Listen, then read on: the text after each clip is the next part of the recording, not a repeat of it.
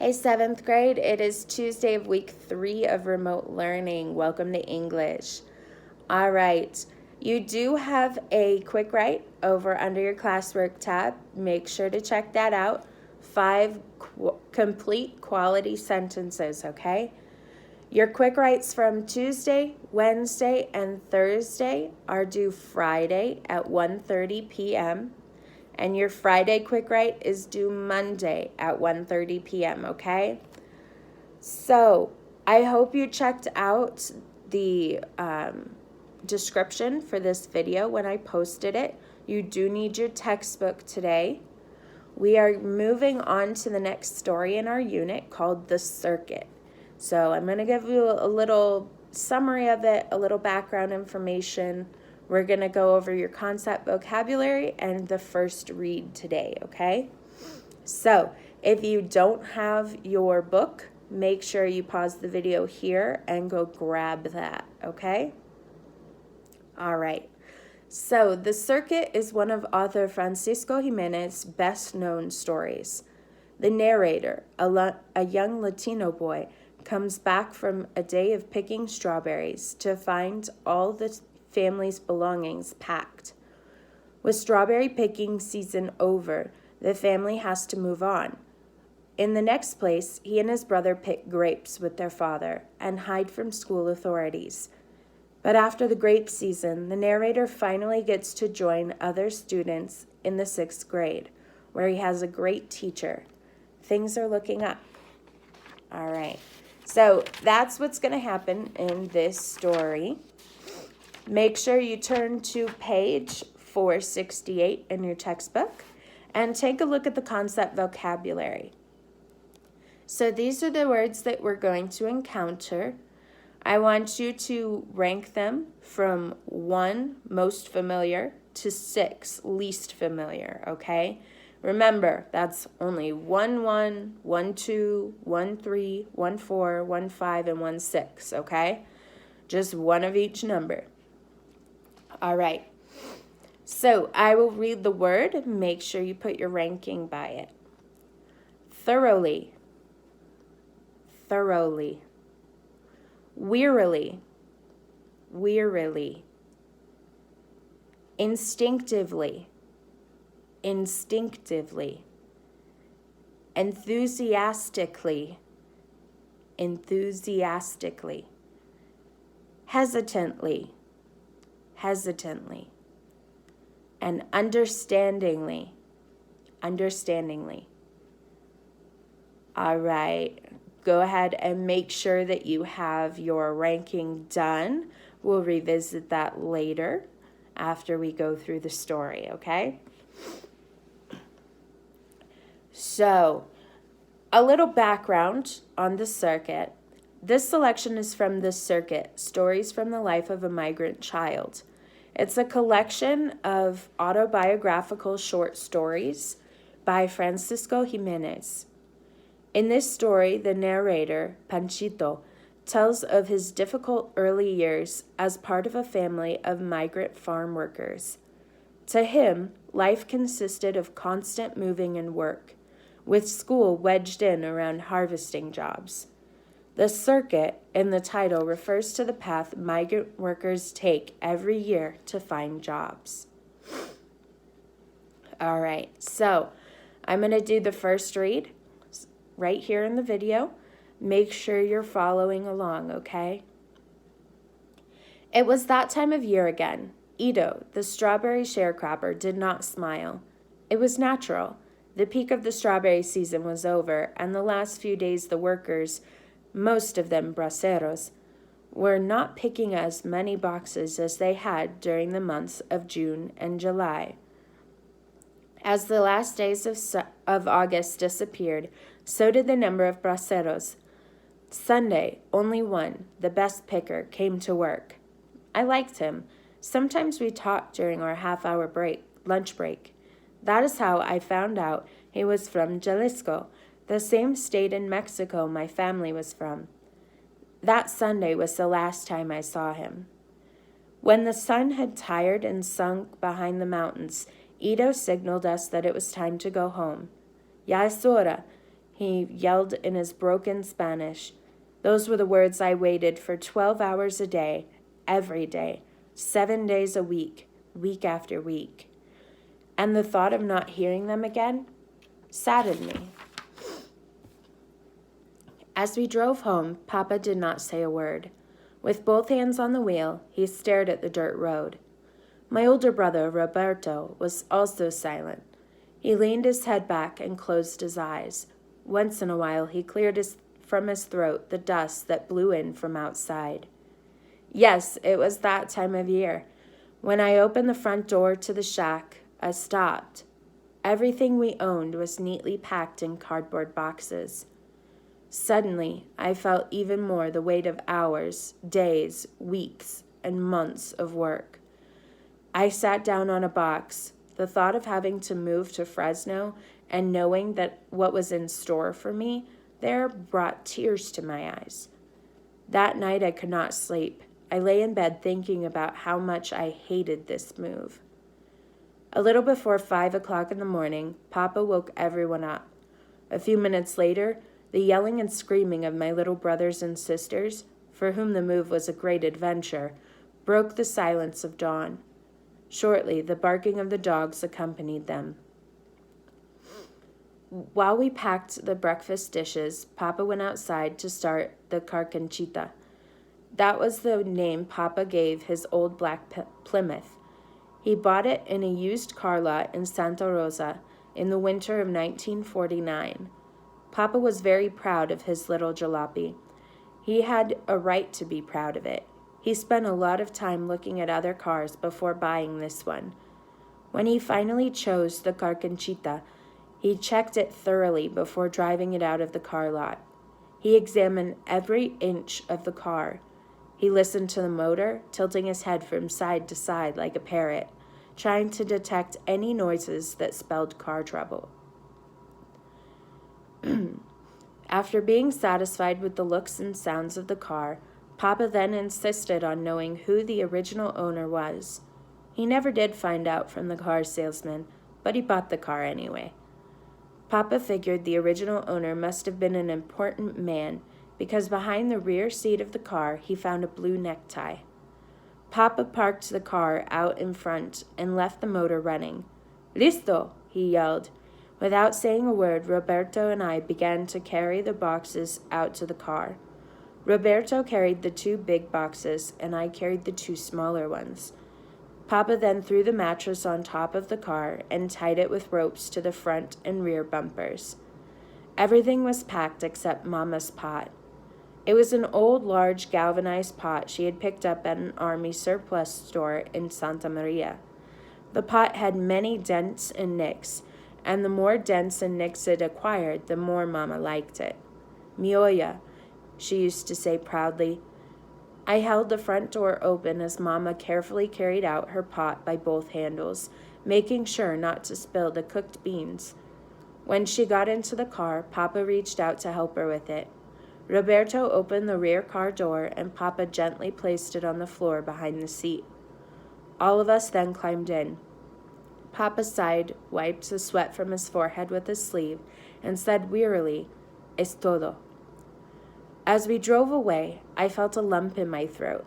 I turned around and looked at our little shack for the last time. At sunset, we drove back to a labor camp near Fresno. Since Papa did not speak English, Mama asked the camp foreman if he needed any more workers. "We don't need no more," said the foreman, scratching his head. "Check with Sullivan down the road. Can't miss him. He lives in a big white house with a fence around it."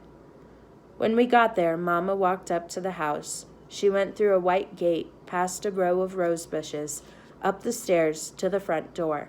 She rang the doorbell. The porch light went on, and a tall, husky man came out. They exchanged a few words. After the man went in, Mama clasped her hands and hurried back to the car. "We have work. Mr. Sullivan says we can stay there the whole season," she said, gasping and pointing to an old garage near the stables. The garage was worn out by the years. It had no windows, the walls eaten by termites, strained to support the roof full of holes. The dirt floor, populated by earthworms, looked like a gray road map. That night, by the light of a kerosene lamp, we unpacked and cleaned our new home. Roberto swept away the loose dirt, leaving the hard ground. Papa plugged the holes in the walls with old newspapers and tin can tops. Mama fed my little brothers and sisters. Papa and Roberto then brought in the mattress and placed it on the far corner of the garage. Mama, you and the little ones sleep on the mattress. Roberto, Panchito, and I will sleep outside under the trees, Papa said. Early next morning, Mr. Sullivan showed us where his crop was, and after breakfast, Papa, Roberto, and I headed for the vineyard to pick. Around 9 o'clock, the temperature had risen to almost 100 degrees. I was completely soaked in sweat, and my mouth felt as if I had been chewing on a handkerchief. I walked over to the end of the row, picked up the jug of water we had, brought it, and began drinking. Don't drink too much, you'll get sick, Roberto shouted. No sooner had he said that than I felt sick to my stomach. I dropped to my knees and let the jug roll off my hands. I remained motionless, with my eyes glued on the hot, sandy ground. All I could hear was the drone of insects. Slowly, I began to recover. I poured water over my face and neck and watched the dirty water run down my arms to the ground. I still felt dizzy when we took a break to eat lunch. It was past 2 o'clock, and we sat underneath a large walnut tree that was on the side of the road. While we ate, Papa jotted down the number of boxes we had picked. Roberto drew designs on the ground with a stick. Suddenly, I noticed Papa's face turn pale as he looked down the road. Here comes the school bus, he whispered loudly in alarm. Instinctively, Roberto and I ran and hid in the vineyards. We did not want to get in trouble for not going to school. The neatly dressed boys about my age got off. They carried books under their arms. After they crossed the street, the bus drove away. Roberto and I came out from hiding and joined Papa. Tienen que tener cuidado, he warned us. After lunch, we went back to work. The sun kept beating down. The buzzing insects, the wet sweat, and the hot, dry dust made the afternoon seem to last forever. Finally, the mountains around the valley reached out and swallowed the sun. Within an hour, it was too dark to continue picking. The vines blanketed the grapes, making it difficult to see the bunches. Vámonos, said Papa, signaling to us it was time to quit work. Papa then took out a pencil and began to figure out how much we had earned our first day. He wrote down numbers, crossed out some out, wrote down some more. 15, he murmured. When we arrived home, he took a cold shower underneath a water hose. We then sat down to eat dinner around some wooden crates that served as a table. Mama had cooked a special meal for us. We had rice and tortillas with carne con chile, my favorite dish. The next morning, I could hardly move. My body ached all over. I felt little control over my arms and legs. This feeling went on every morning for days until my muscles finally got used to the work. It was Monday, the first week of November. The grape season was over, and I could now go to school. I woke up early that morning and lay in bed, looking at the stars and savoring the thought of not going to work and of starting 6th grade for the first time that year. Since I could not sleep, I decided to get up and join Papa and Roberto at breakfast. I sat at the table across from Roberto, but I kept my head down. I did not want to look up and face him. I knew he was sad. He was not going to school today. He was not going tomorrow, or next week, or next month. He would not go until the cotton season was over, and that was sometime in February. I rubbed my hands together and watched the dry, acid-stained skin fall to the floor in little rolls. When Papa and Roberto left for work, I felt relief. I walked to the top of a small grade next to the shack and watched as the carcanchita disappeared into the distance in a cloud of dust. 2 hours later, around 8 o'clock, I stood by the side of the road waiting for school bus number 20. When I arrived, it climbed in. Everyone was busy, either talking or yelling. I sat in an empty seat near the back. When the bus stopped in front of the school, I felt very nervous. I looked out the bus window and saw boys and girls carrying books under their arms. I put my hands in my pants pockets and walked to the principal's office. When I entered, I heard a woman's voice say, "May I help you?" I was startled. I had not heard English for months. For a few seconds, I remained speechless. I looked at the lady who waited for an answer. My first instinct was to answer her in Spanish, but I held back. Finally, after struggling for English words, I managed to tell her that I wanted to enroll in the 6th grade. After answering many questions, I was led to the classroom. Mr. Lima, a 6th grade teacher, greeted me and assigned me a desk. He then introduced me to the class. I was so nervous and scared at the moment when everyone's eyes were on me that I wished I were with Papa and Roberto picking cotton. After taking roll, Mr. Lima gave the class the assignment for the first hour. The first thing we have to do this morning is finish reading the story we began yesterday, he said enthusiastically. He walked up to me, handed me an English book, and asked me to read. "We're on page 125, he said politely. When I heard this, I felt my blood rush to my head. I felt dizzy. "Would you like to read?" he asked hesitantly. I opened the book to page 125. My mouth was dry. My eyes began to water. I could not begin. "You can read later," Mr. Lima said, understandingly. For the rest of the reading period, I kept getting angrier and angrier at myself. I should have read, I thought to myself. During recess, I went into the restroom and opened my English book to page 125. I began to read in a low voice, pretending I was in class. There were many words I did not know. I closed the book and headed back to the classroom. Mr. Lima was sitting at his desk correcting papers. When I entered, he looked up at me and smiled. I felt better.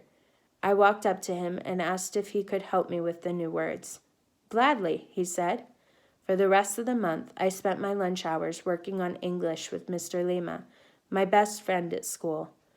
One Friday during lunch hour, Mr. Lima asked me to take a walk with him to the music room.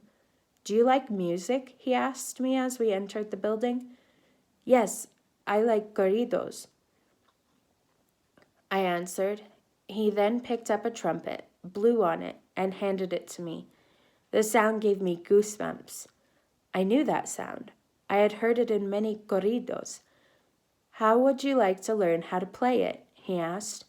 He must have read my face because before I could answer, he added, "I'll teach you how to play it during our lunch hours." That day, I could hardly wait to tell Papa and Mama the great news. As I got off the bus, my little brothers and sisters ran up to me. They were yelling and screaming. I thought they were happy to see me, but when I opened the door to our shack, I saw that everything we owned was neatly packed in cardboard boxes. All right, that is our story for today. Make sure you go over and do your quick write. I do have office hours today from 8 a.m. to noon. If you want to say hi, do your weekly check-in, ask me any questions you have, I'll be there on Google Meet. The information will be posted on your classroom page. I missed quite a few check-ins last week from between all of the classes. So, check-ins are now going to be worth 5 points. If you don't check in with me in the week, you lose 5 points. Okay? So, you need to check in with me between Monday and Sunday. I'll give you the weekend too. But if I don't hear from you by Sunday, that means you lose your 5 points for the week, okay? I do need you guys to check in with me, okay? I want to hear from you. All right, that is what you need to do today. So, good luck and have a good day.